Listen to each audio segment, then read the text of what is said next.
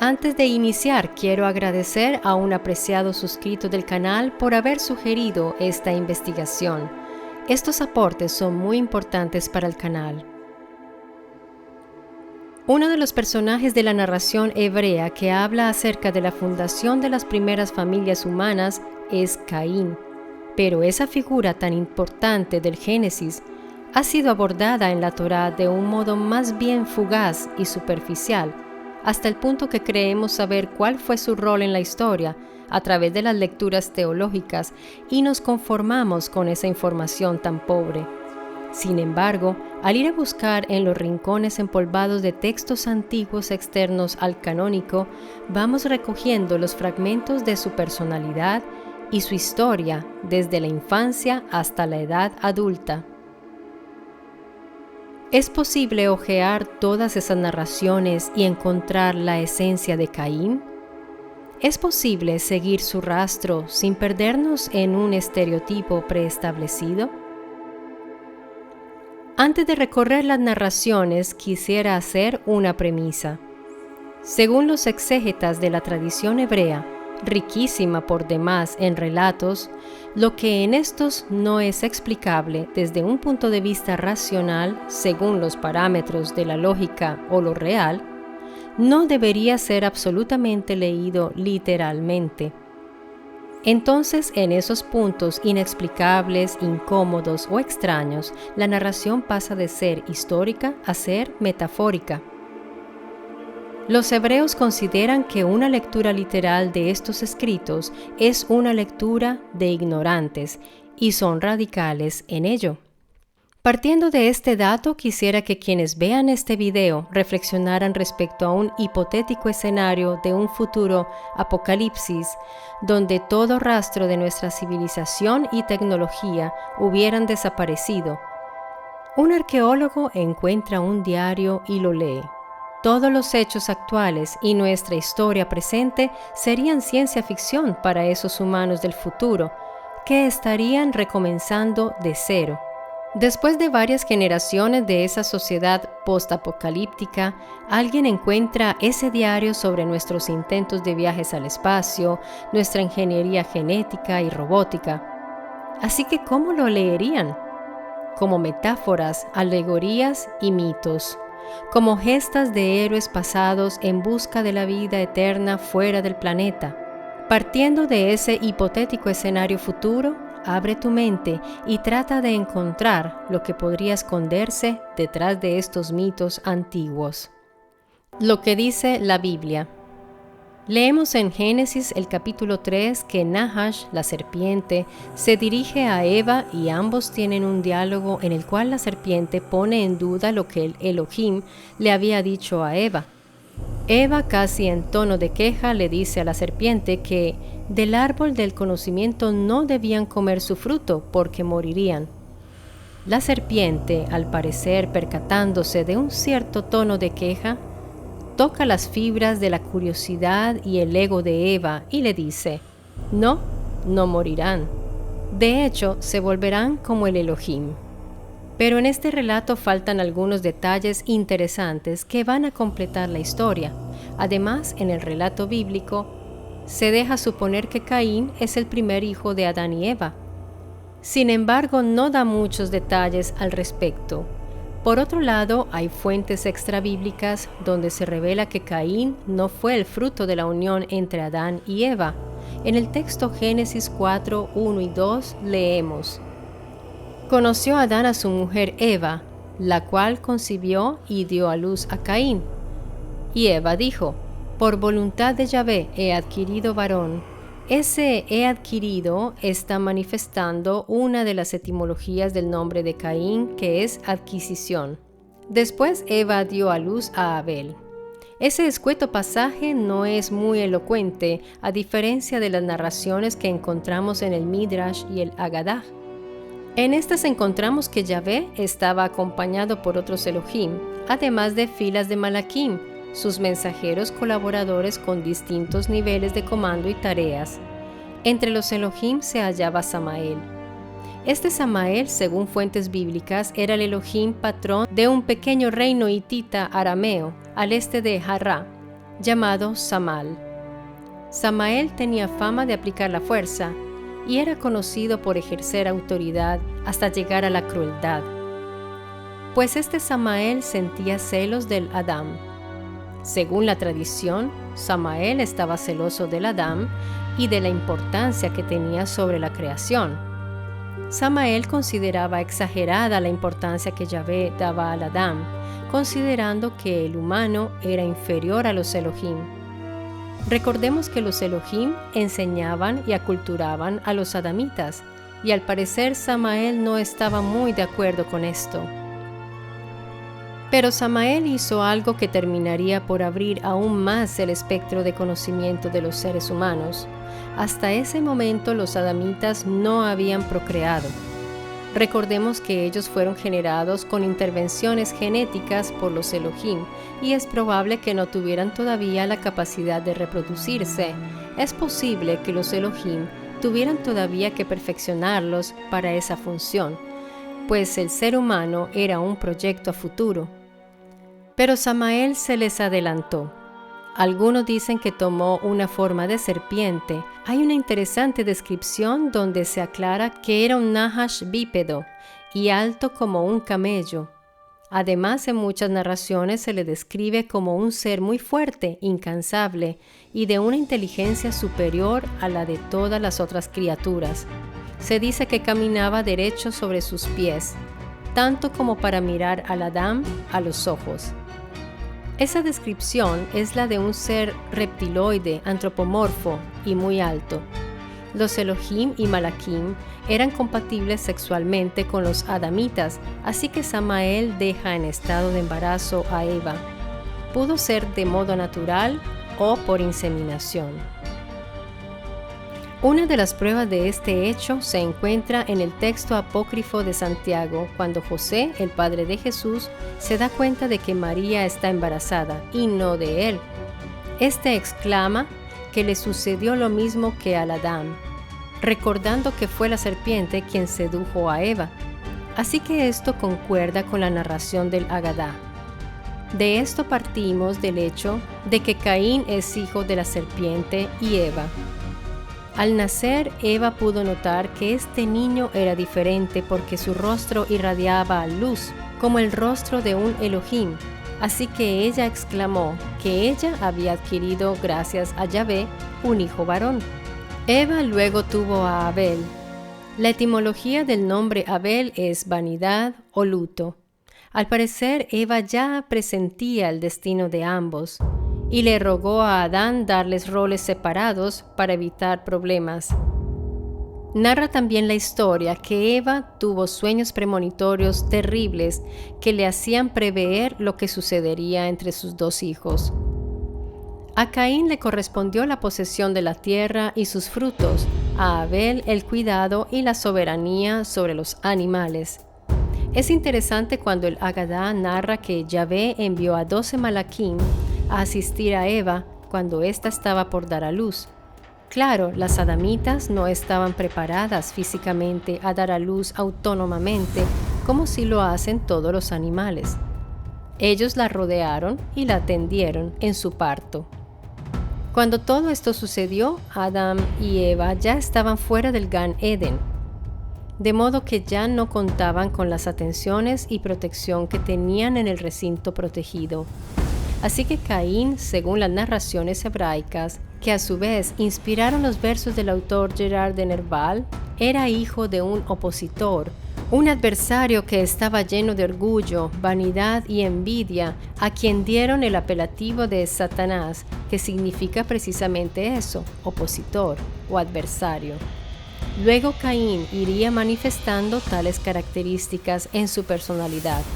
A pesar de que fue separado de su hermano en cuanto a labores que debían realizar, fue inevitable que surgieran roces entre ambos, como en la ocasión cuando Caín reclamó a su hermano por llevar a sus ovejas a pacer en sus tierras.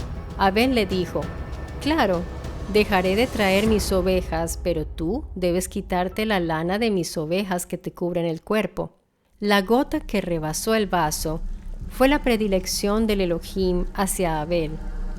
Respecto a la razón de la predilección, se ha dicho que era debido a que Yahvé veía que Caín era celoso.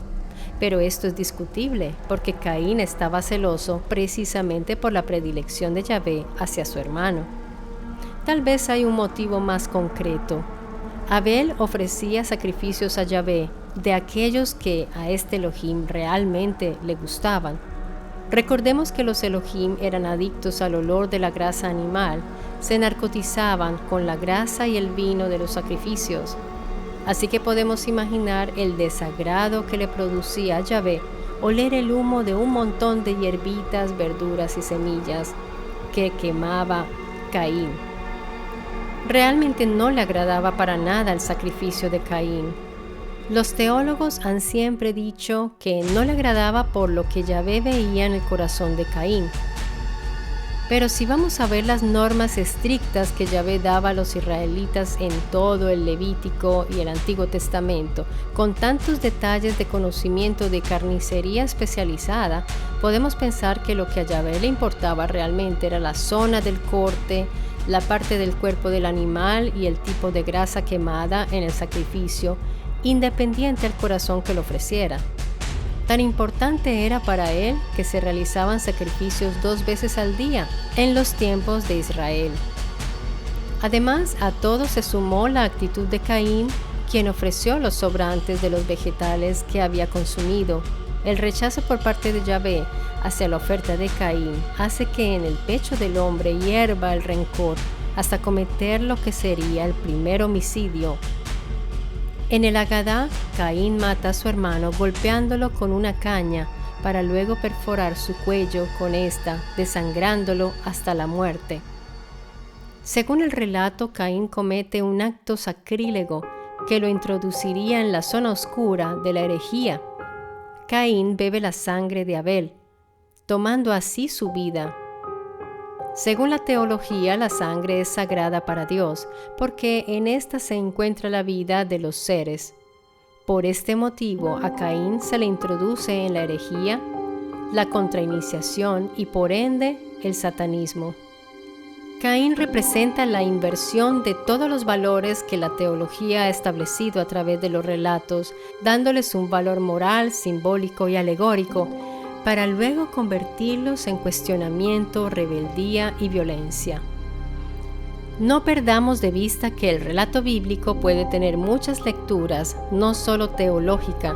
Aquí en el canal te he ido mostrando otra lectura aún más interesante que respondería a muchas preguntas, pero continuemos ahondando en esta interesante historia.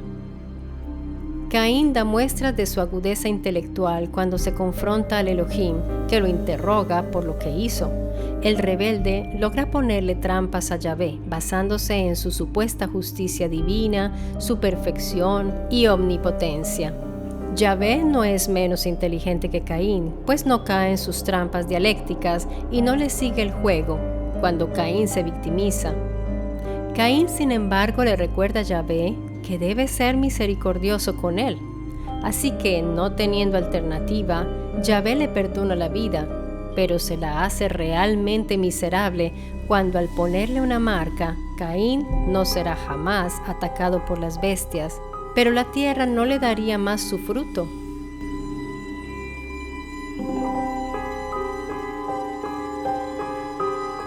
Sobre la marca se ha dicho mucho.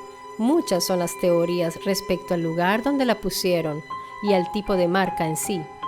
Una luz muy fuerte, un cuerno, una cruz.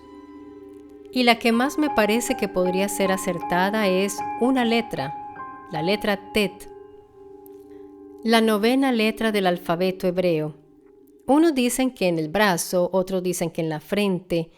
Yo diría que la frente es el lugar más visible y tiene una connotación de memoria. En el hebreo antiguo se escribía como una cruz dentro de un círculo, símbolo muy parecido al de la brujería o a lo que representaría después el pentágono y la pata de oca. Recuerda que la marca que le impusieron a los agots era precisamente la pata de oca. De hecho, algunos creían que ellos descendían de Caín. Caín comienza a huir de la presencia de Yahvé, quien puede encontrarlo donde vaya. Aquí en el relato es interesante cómo se rompe ese mito de que el Adán y la Eva eran los únicos, que eran solo ellos dos a tener hijos, pues fuera del Gan Eden, Caín encuentra muchas personas. Los Adán eran varios, así como las Eva. Entonces había más gente. Fuera del Gan Eden se encontraban también los homínidos y otros hijos de adamitas. La historia que se nos narra no da demasiados detalles, pues se concentra únicamente en estos individuos mencionados, pero todo es deducible por las mismas historias. Caín encuentra esposa y comienza a construir las primeras ciudades. Él estaba formado por las enseñanzas que recibía de sus padres y cuando tuvo contacto con los Elohim y Malaquim. Además sabía construir con la piedra. Entonces, en medio de su maldición y temor a la muerte, se convirtió en el civilizador y fundador.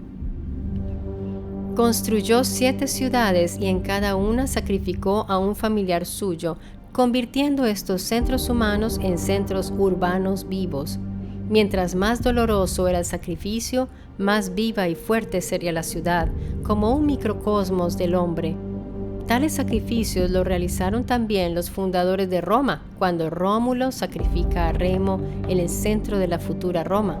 Asimismo, Caín hizo con cada uno de sus 7 familiares, dejando como rastro del sacrificio el nombre de cada uno para cada ciudad.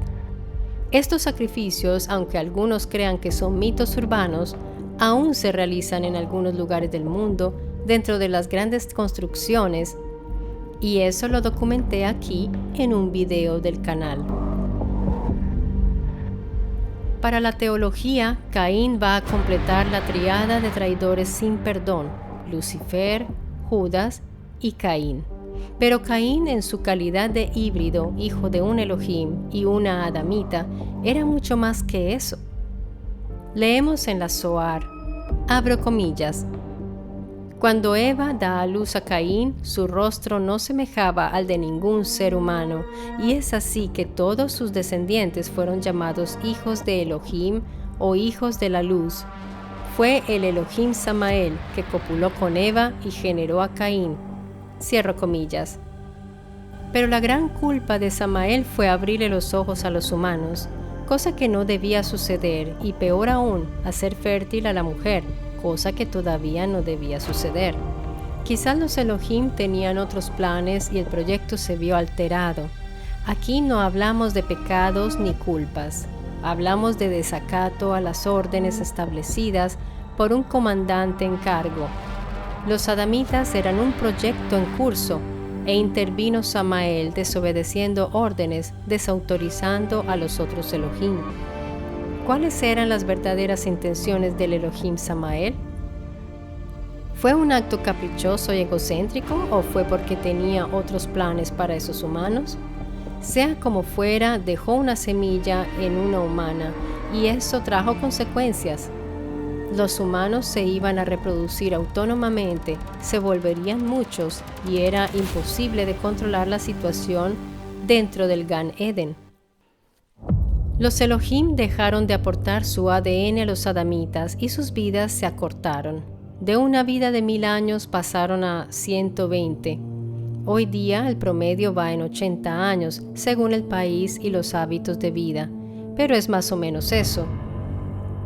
Según la tradición, los hijos de Caín se convirtieron en mineros y herreros, aprendieron a elaborar los metales con el fuego, un conocimiento secreto que fueron transmitiendo a unos pocos. Lo cierto es que los mitos encierran unos estratos de historias que hay que ir desvelando para encontrar respuestas a muchos vacíos. Las ciudades que se han ido encontrando en el Medio Oriente, las bases de ciudades y minas antidiluvianas del África, nos demuestran que la línea cronológica de la historia que nos han contado no cuadra con los últimos descubrimientos. Los hijos de Caín, hijos del fuego, posiblemente vivieron también bajo tierra, huyendo de los juicios de los Elohim, de sus armas, de sus normas. Aprendieron a construir ciudades humanas y siguieron enseñando lo aprendido. La raíz del nombre Caín es Kin, que alude a la actividad del forjador. Entonces podemos pensar en Caín como el primer alquimista, un hijo del fuego, un hijo de Elohim. Si eres seguidor de Mystery Channel, sabrás ya que esta narración tiene un origen aún más antiguo y es el de las tablillas sumerias. Los pueblos semitas fueron integrándose y formando otros, y algunos se convirtieron en lo que son los hebreos, de manera que estos adaptaron las narraciones a su propia cultura. Pero recuerda que la semilla es la misma y allí están algunas de las respuestas más importantes para entender nuestros orígenes. Recuerda que tienes una cita aquí en Mystery Channel para conocer más misterios y más historias, así que aquí te espero muy pronto. Un abrazo.